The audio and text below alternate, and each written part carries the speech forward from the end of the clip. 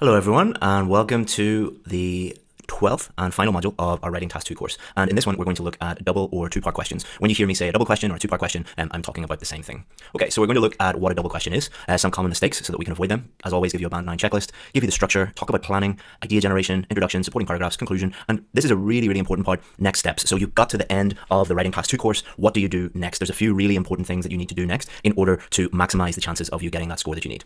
So in the previous module, we looked at how to write advantages and disadvantages questions, and we looked at the two different types of advantages and disadvantages questions. If you didn't do that one, as always, make sure that you go back and master each module before you move on to the next one. So what is a double question?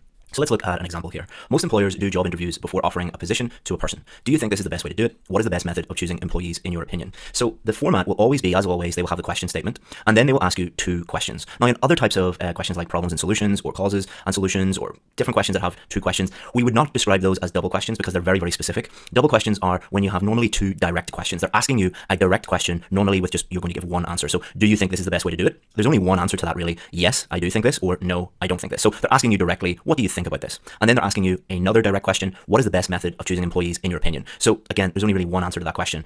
Outside of an IELTS context, of course, there are hundreds of different ways that you could answer that question, but in the IELTS context, you're just going to pick one method. So you're just going to say, I think this method, method A, whatever you pick, is the best way of choosing it. So you've answered both questions directly.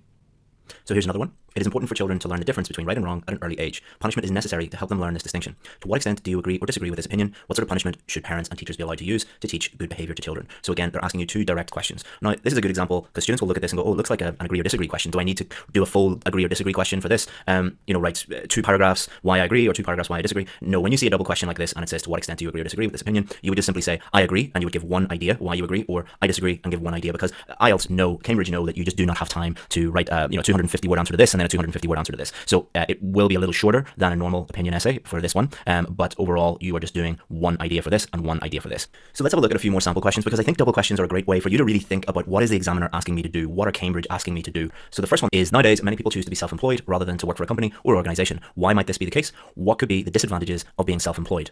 So what it's asking you to do is say, why do people choose to work for themselves, be self-employed, rather than working for a company or an organization? So you need to state one idea on why that is.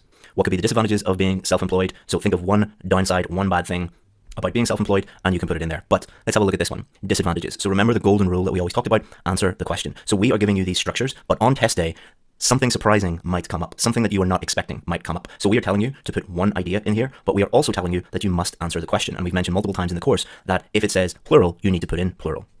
So for this one, I would put in two disadvantages in one paragraph. So the topic sentence would be disadvantage 1 and disadvantage 2, explain disadvantage 1, explain disadvantage 2, and give an example. So I'm putting this in here to show you that you need to think. Don't blindly follow the structures. The structures are extremely useful. They will help you. But if you blindly follow them and do not engage your brain and think about what you're doing and observe the golden rule, which is always answer the question that is being asked. Sample 2. In some countries, owning a home rather than renting one is very important for people. Why might this be the case? Do you think this is a positive or negative development? So for this one, you have to see or say why owning a home rather than renting is important. Why do you think that is? They're directly asking you that. So think of one idea of why would someone want to own a home rather than rent a home? Why would that be important to them? And then do you think this is a positive or negative development? For this one, there is just a direct answer, which will be, I think this is positive, and one idea why you think it's positive, or I think this is negative, and one idea why. You do not have to say, well, some people think it's positive, and write a whole paragraph about that, and then some people think it's negative, and then a whole paragraph about that, and then a third paragraph about this is what I think. That is going to result in a 6 or 7 paragraph essay, and you simply do not have time to do that. Sample 3. In many countries today, crime novels and TV crime dramas are becoming more and more popular. Why do you think these books and TV shows are popular? So one idea, why do you think they're popular? What is your opinion of crime fiction and TV crime dramas? So your opinion will normally be, I like them, or I dislike them. Or it could be your opinion is, I think that they are a waste of time, or I think that they are really too violent for me. But keep it simple. I like them. Why do you like them? Or I dislike them. Why do you dislike them? So common mistakes. Not answering both questions in the introduction, i.e. giving your opinion and outlining your main ideas. Remember your position, what you think about the question. They're asking you a question directly. So you need to state what you think about the question. What is your response to the question? And that needs to be clear throughout the entire essay. So put it in the introduction. That's also going to help you stay on course and write a clear, coherent, cohesive essay. A lot of students focus on just one of the questions. So they will give a very detailed, thorough answer to one question, and then they will pretty much ignore the second question. They might address the second question a little bit, and this is normally one of two things. Either the student runs out of time, or the student feels very comfortable with one question, and they don't feel comfortable, they don't really understand, or they can't think of an idea for the second question. And what they try and do, their strategy is, let's just focus on the question I feel comfortable answering. That is not going to help you. You need to fully address both questions. Also, many students try and answer these like an opinion question, and so you'll often see students just taking one of the questions and then talking about like I agree or I disagree when it might not actually ask you whether you agree or disagree. Now, if it asks you, do you agree or disagree with this, or what is your opinion on this, feel free to give your opinion. But if it's just a total direct question, or it says, what are the advantages of this, then you're not going to be saying, in my opinion, I agree with this or anything like that. Again, answer the question directly, always answer the question. And then we've already talked about this. A lot of students will see a double question, and one of the questions will be, is this positive or negative, or do the advantages outweigh the disadvantages, or some people believe this, some people believe that, and what they will do is try and answer it like a discussion question by saying, well, some people think A, other people think B, I think C, and then you end up running out of time because you've just, tried to attempt a 7 or 8 paragraph essay, and you just don't have time to do that. Use the structure that we're going to give you. So, Band 9 checklist, give a clear position, viewpoint, or opinion in the introduction for both questions. Have 2 separate supporting paragraphs for each question, and if you do that, you're making it super clear to the examiner that you know this is a double question and you're addressing both questions. Fully develop main ideas in each supporting paragraph. Paragraphs should be relatively equal, not exactly equal, but relatively equal. Don't worry about counting the exact number of words or anything like that, but if the examiner sees that your first paragraph is like 120 words long and then your second main body paragraph is only 40 or 50 words long, that is a clear indication that you have focused on the first question and you have just addressed the second question, but you haven't really fully developed the second question. And then short conclusion, summarizing your main points and reiterating your opinion, your position, your viewpoint for both questions. So here's the overall structure. You should always use this structure. There are no exceptions to this for double questions. No matter what the questions say, always use this 4-paragraph structure. Introduction at the start, conclusion at the end. Supporting paragraph 1 is your first question. Supporting paragraph 2 is your second question. Here's the sentence by sentence structure. Introduction, paraphrase question, then you're going to directly answer both questions. By directly answering both questions, you're giving your position, your viewpoint, your opinion on each of those questions. Then you will take the first question, your topic sentence will be you directly answering that, explaining your answer and giving an example for your answer. Paragraph 2, exactly the same. Second question, directly answer it, explain, example, and then your conclusion, summary for both questions. I think these are really simple to answer. The one thing that students get a little bit confused about is what if the question asks for multiple things, or what if the question asks, is this positive or negative or anything like that. Just remember to answer the question and you will be fine. So we're going to go through 2 examples now. Let's look at our first one. Most employers do job interviews before offering a position to a person. Do you think this is the best way to do it? What is the best method of choosing employees in your opinion? Okay, so let's have a look at the introduction. So of course we're going to paraphrase our question statement in the first sentence, and then we have answered the first question. This essay will argue that it is not the most appropriate way to recruit people because an interview is not a true reflection of a person's ability. So we've answered the question and given a clear main idea. And then we have given our position on the second question. The best method is to give people standardized tests designed to assess on the job performance. So we've answered question 1 and answered question 2. So we're making it really clear to the examiner that I have understood these questions. Here is my position on both questions. And then you take your first question and go into your main body paragraph number 1. So here's our topic sentence. Conducting interviews is not a very effective recruitment method because it does not give the interviewee a chance to show how good they really are. So this is our topic sentence. We've answered the question. Now we need to explain that. The skills tested in an interview, such as the ability to communicate in a friendly manner and answering questions without any assistance, are the opposite of those required by many jobs. So what's an example of that? Help the reader understand what you mean by giving a clear example. For example, a skilled computer programmer or lab technician may be socially awkward and used to consulting the internet before answering a question, and they would never be able to show how technically proficient they are. So supporting paragraph 2, so we're going to answer the second question in our topic sentence here. A better way to find new employees would be to test them on things that they will actually be doing on the job. This is more reliable because it tests the specific skills they will use on a daily basis and not just an interview technique. Often companies will invite someone to their offices for a whole day and ask them to complete routine tasks and ask a manager to give feedback on their performance. For instance, Facebook gives potential programmers a real program to debug or ask them to hack into their system. So we've explained things here, and then we've given an example to help the reader, the examiner, understand the answer to our question. In conclusion, interviews have limitations because they often test interviewing skills rather than job-related skills, and a better test would be to give prospects a challenge that simulates the real job. So now we're going to go through step by step another question. So let's have a look at the question. It is important for children to learn the difference between right and wrong at an early age. Punishment is necessary to help them learn this distinction. To what extent do you agree or disagree? What sort of punishment should parents and teachers be allowed to use to teach good behavior to children? So we need to directly answer. So this is an important question. What sort of punishment should parents and teachers be allowed to use? So you need to think about the range of punishments. So we've already talked about that. Do you think that children should be physically beaten and parents and teachers should use violence against them? Or are you going to use something non-violent? If so, if non-violent, then what type of punishment is that going to be? Is that going to be taking away something they love? Is that going to be grounding them where they have to stay in their room? Or are you going to get them to do something? Are you going to get them to do extra chores or extra work or extra homework or something like that? And you don't have to go through the whole range of things. Remember, you're only expected to write over 250, so you don't have to go into a huge amount of detail. Just pick one and say why you think teachers should be allowed to do this, and parents. Again, this is a good point to make. Often students will look at this and say, well, do I have to talk about what parents can do and then what teachers can do? No, don't make it more complicated than it needs to be. Just say parents and teachers should do X. So planning. So for the first question, I'm going to agree with this. So I'm going to say yes, there should be some sort of punishment, but why? Children can't learn by themselves. Why do we have adults in the first place? To be good role models and show children what to do. And this has also been shown to be effective in the past. There's lots and lots of examples of children being disciplined and them understanding the difference between right and wrong as a result. And it's consistent with what society does to adults. If you break the law, you get punished in some way. So I'm not going to use all of these, but I'm just thinking of ideas. All right, so I'm going to pick one of these ideas, and I'm going to pick the one that I feel most comfortable explaining and giving an example for. Okay, so I'm not going to suggest physical punishment. I could maybe talk about taking away things they love. So for my son, that would be his iPad. Grounding means making them stay in the room. Okay, so here's my structure. So in the introduction, paraphrase question as always. The question is asking me if I agree or disagree. So I'm going to state agree, and I'm going to outline my main point. I'm going to say why I agree. The second question is asking me which punishment is better. So I'm going to state the punishment I prefer. Topic sentence, I agree because it's consistent with the rest of society. Explanation, school and criminal system. And then I'm going to use a famous country that has very low crime rates. Supporting paragraph 2, I'm going to say not physical violence, but take away something they love, teach them the difference without violence. And I'm going to use the example from my own country, which is UK criminals, and that will become clear when we look at the example. In a conclusion, summary of these points. Okay, here's our paraphrase. Some would argue that it is essential that children are taught morals from an early age, and punishment is the best way to do it. And morals is a term that we can use to describe the difference between right and wrong, good behavior, bad behavior, that sort of thing.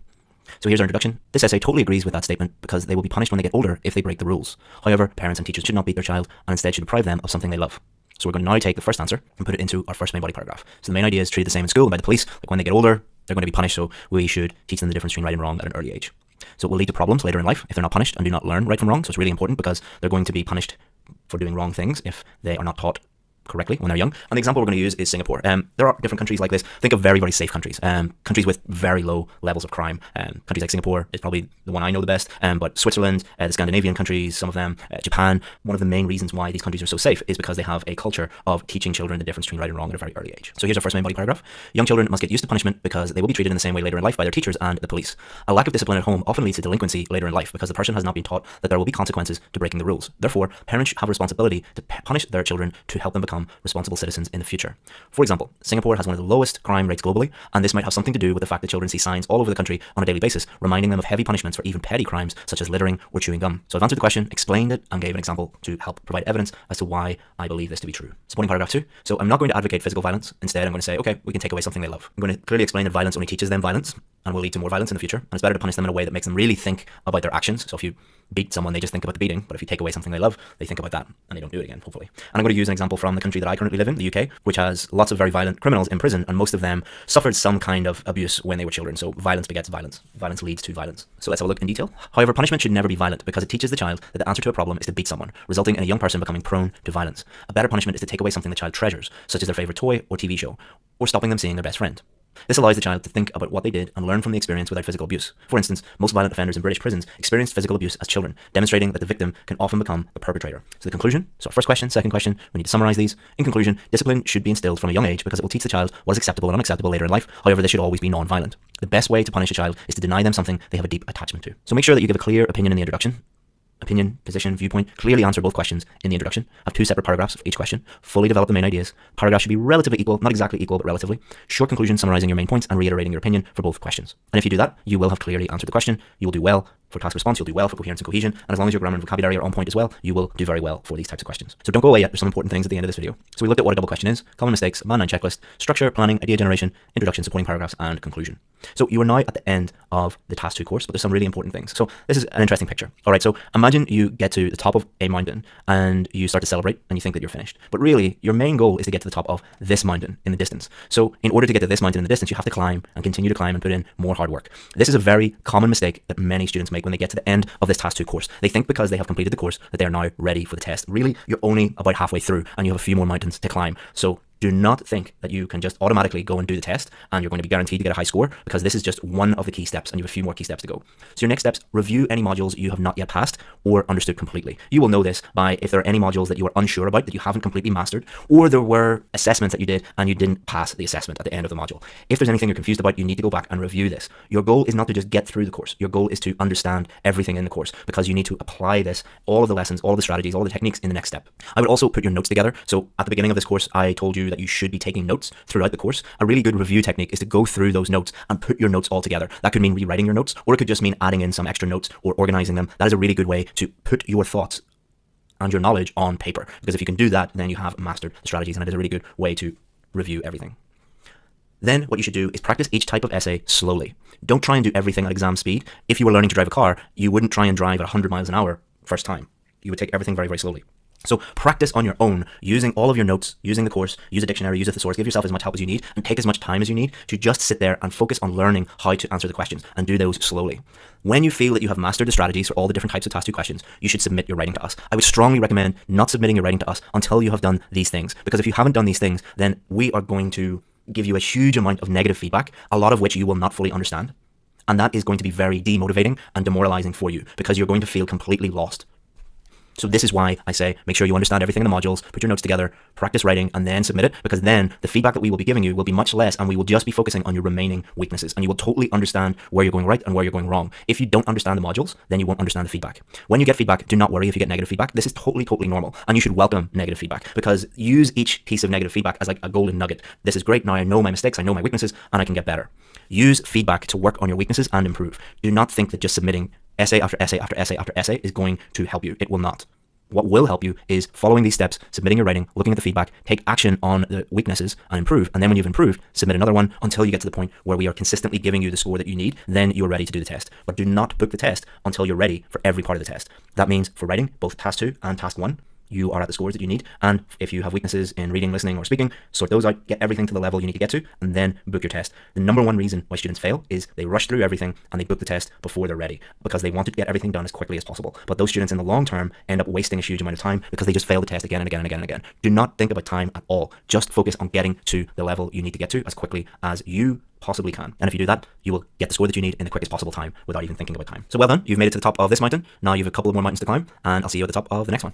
Congratulations for making it this far, and keep going.